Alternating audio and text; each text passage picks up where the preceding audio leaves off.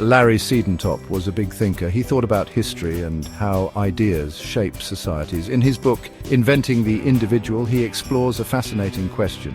Where did our idea of the individual come from? You might be surprised to learn that it wasn't always around. Siedentop argues that our modern understanding of individualism has roots in ancient Rome and Christianity. This might seem odd at first. Ancient Rome was a vast empire and Christianity a religion focused on community. Yet within these civilizations, powerful ideas about the importance of the individual began to take shape. These ideas didn't emerge overnight. They evolved slowly over centuries, transforming how people viewed themselves and their place in the world. Understanding this evolution can help us appreciate the complex history of individualism and its impact on Western society.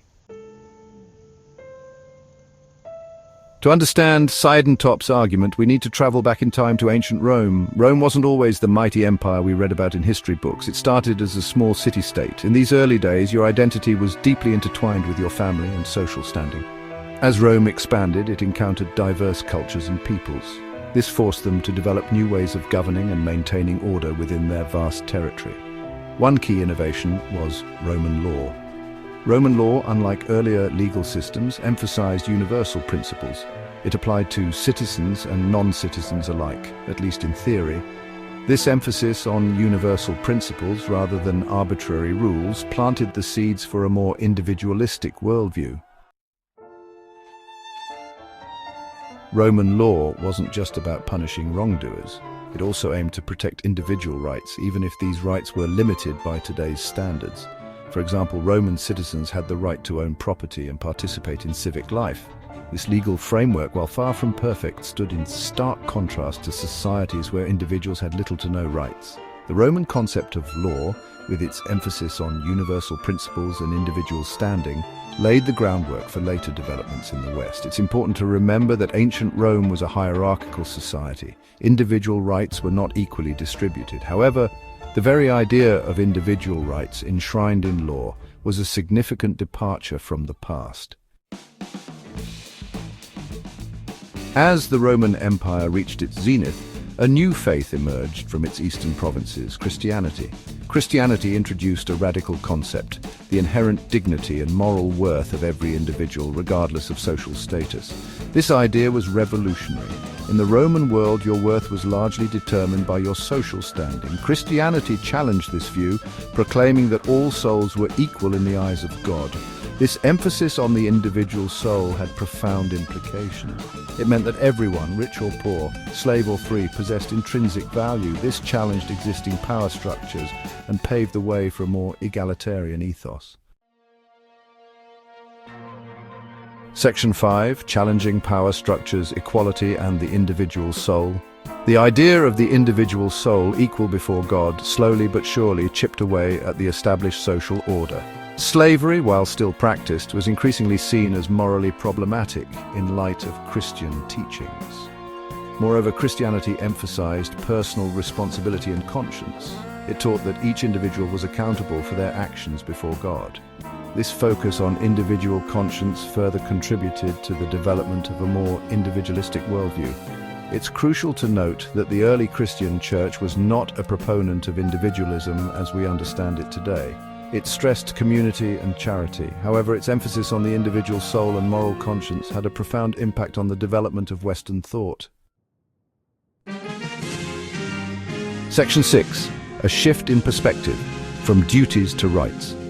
With the decline of the Roman Empire, Europe entered the Middle Ages. This period, often portrayed as a dark age, was actually a time of great intellectual and cultural ferment. Christian ideas continued to shape European societies, gradually leading to a shift from a duty-based to a rights-based understanding of the individual.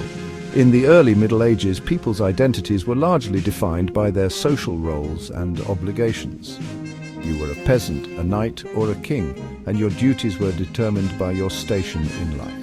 However, under the influence of Christian thinkers, a new idea began to take hold, the idea of natural rights. These rights were not granted by any earthly authority, but were inherent to all individuals by virtue of their humanity. Section 7. The legacy of the Middle Ages, building blocks of modernity. The concept of natural rights, while still in its infancy during the Middle Ages, laid the groundwork for later revolutions in thought and politics.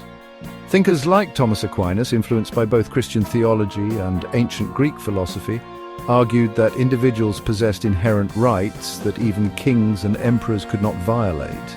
This was a radical departure from the past and helped to pave the way for a more individualistic understanding of human society. It is important to acknowledge that the development of individualism was not a linear process. It was marked by setbacks, contradictions, and ongoing debates. Nevertheless, the seeds planted in the Middle Ages continued to germinate, ultimately leading to the flourishing of individualism during the Renaissance and Reformation. Section 8. The Renaissance and Reformation reclaiming individuality. The Renaissance, a period of great artistic and intellectual revival, witnessed a renewed interest in classical learning and a celebration of human potential. This focus on human achievement and creativity further fueled the rise of individualism. The Reformation, a religious movement that challenged the authority of the Catholic Church, also played a crucial role. Reformers like Martin Luther emphasized the importance of individual conscience and the direct relationship between the individual and God. These developments, both religious and secular, contributed to a growing sense of individual autonomy and self-determination.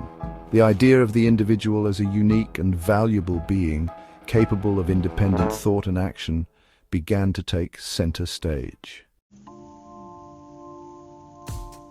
Section 9, Conclusion: The enduring legacy of inventing the individual. Larry Seton Topp's Inventing the Individual reminds us that our ideas about individualism have a long and complex history. They are not simply Western ideas, but are the product of centuries of cultural and intellectual exchange shaped by ancient Rome, Christianity, and the Middle Ages. The legacy of this invention is profound. It has shaped our understanding of human rights, democracy, and the very fabric of Western society. While individualism has its critics, its emphasis on personal autonomy, individual rights, and the inherent dignity of every human being remains a powerful force in the world today. By understanding the historical roots of individualism, we can better appreciate its complexities and engage in more nuanced conversations about its role in the 21st century.